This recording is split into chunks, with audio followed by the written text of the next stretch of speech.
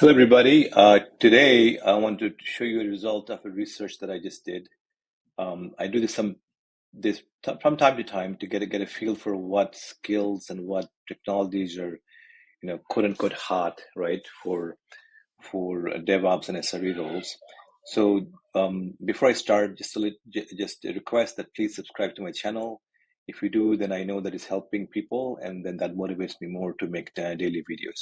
So my goal here was to figure out for non-senior DevOps role, like roles that have different names, but essentially what they are is junior DevOps SRE type roles, right? That's the target.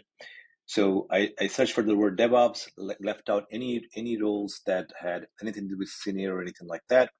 Then I took 30 of those jobs, put it into a file, counted up all the words, then kind of put them together, put similar words together, and then sorted them. So then I know what's the most important things that somebody should learn to get a DevOps job. So here are the results. I'm going to go through all of them.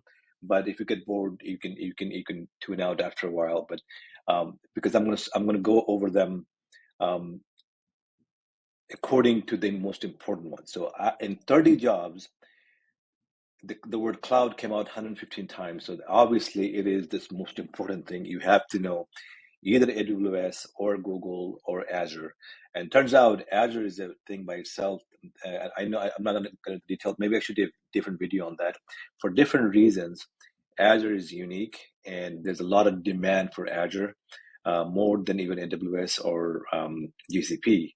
But there's a little learning curve there. So anyway, but the cloud, of course, is just the most one. This one didn't surprise me. CI/CD pipelines. In any DevOps job, you're going to have to write some either GitHub Actions or GitLab runners or Jenkins, where you write pipelines for developers and the SRE teams to do things automatically based on something, right? That's the second most important thing.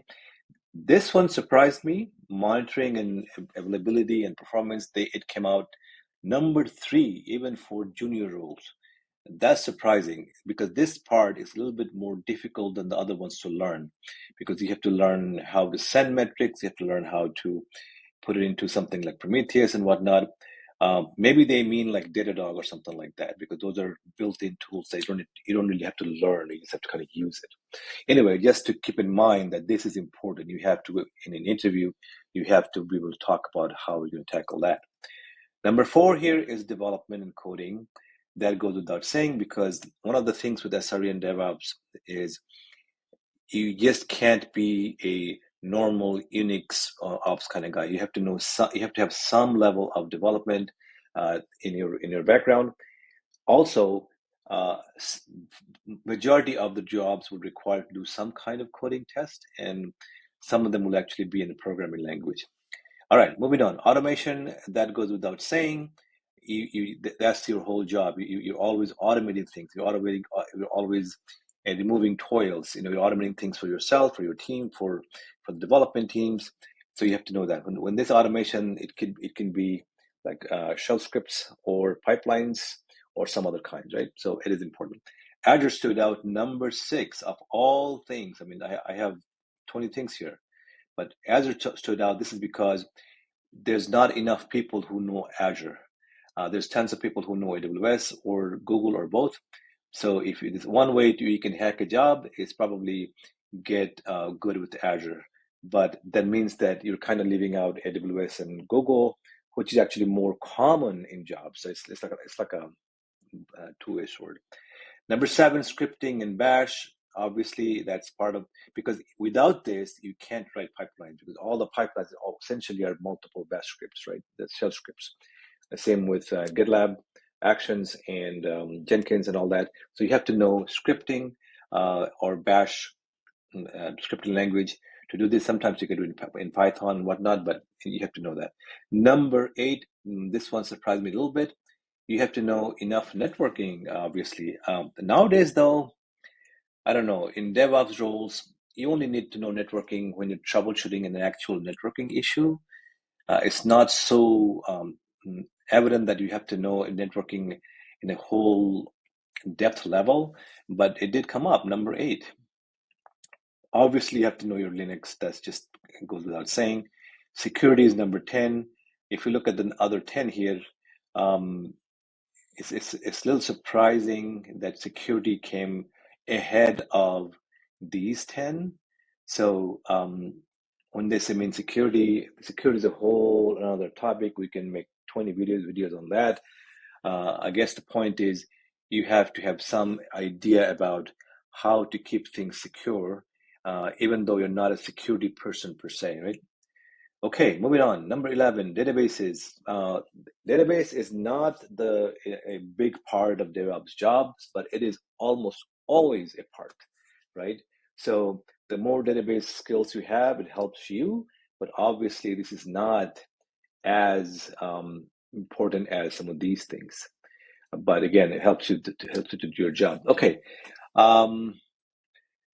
Next one, AWS is part of clouds. So my advice to you is pick one cloud, either AWS and GCP. I actually would recommend you do GCP. Why? Because large enterprises like Disney and them, they use AWS, right? Startups almost always use GCP. And guess what? A lot more jobs are available in startups than there are in big, large enterprises. So if you are trying to get your first job, second job, third job, you're probably better off learning Google Cloud than AWS. But it is there. It is the top second top cloud. Agile, this is, you just have to know what this means and how you apply that in your day-to-day job. It has to do with task and project management and planning. Jira is a tool for doing that, and nowadays there are other tools that does that. But anyway, it's coming up here at number 13. Programming languages. Nowadays, you have to know at least one programming language to some extent. You don't have to be an expert, but you got to know at least Python or Go. That seems to be the case. But in here, I sorted them by numbers here. So Python came out the most, Java second, which is really surprising. Ruby, that's surprising too, and Golang number 4. That's surprising to me. Maybe it's a case of small data set or something. I'm surprised that Kubernetes came so low, number 15. It is, I want to say, the hottest thing in the market nowadays. So from my personal experience, this should be way higher, but it came at number 15. Same with this, Terraform and IAC. You have to know Terraform or CloudFormation, but Terraform mostly, to get almost any jobs these days. So this is, to me, this is not reality. GitHub, again, this is not reality. You have to know GitHub. That's like a fundamental thing, so you have to know.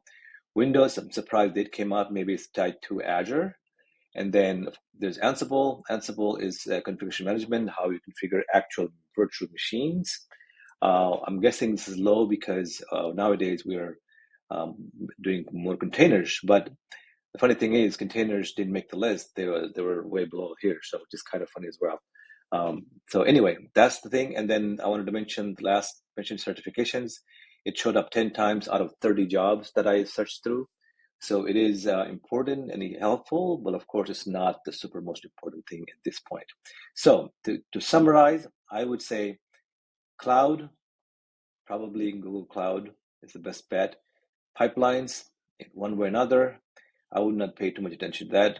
Scripting, absolutely Linux, and then database a little bit maybe, but Kubernetes and Terraform, this is, for me, this numbers. I wanted to give you raw data so you see what I saw, but in my experience, Kubernetes, Terraform, and Git should be way at the top, but it didn't come out that way. Okay, I hope you found this video helpful, and I will see you in the next one.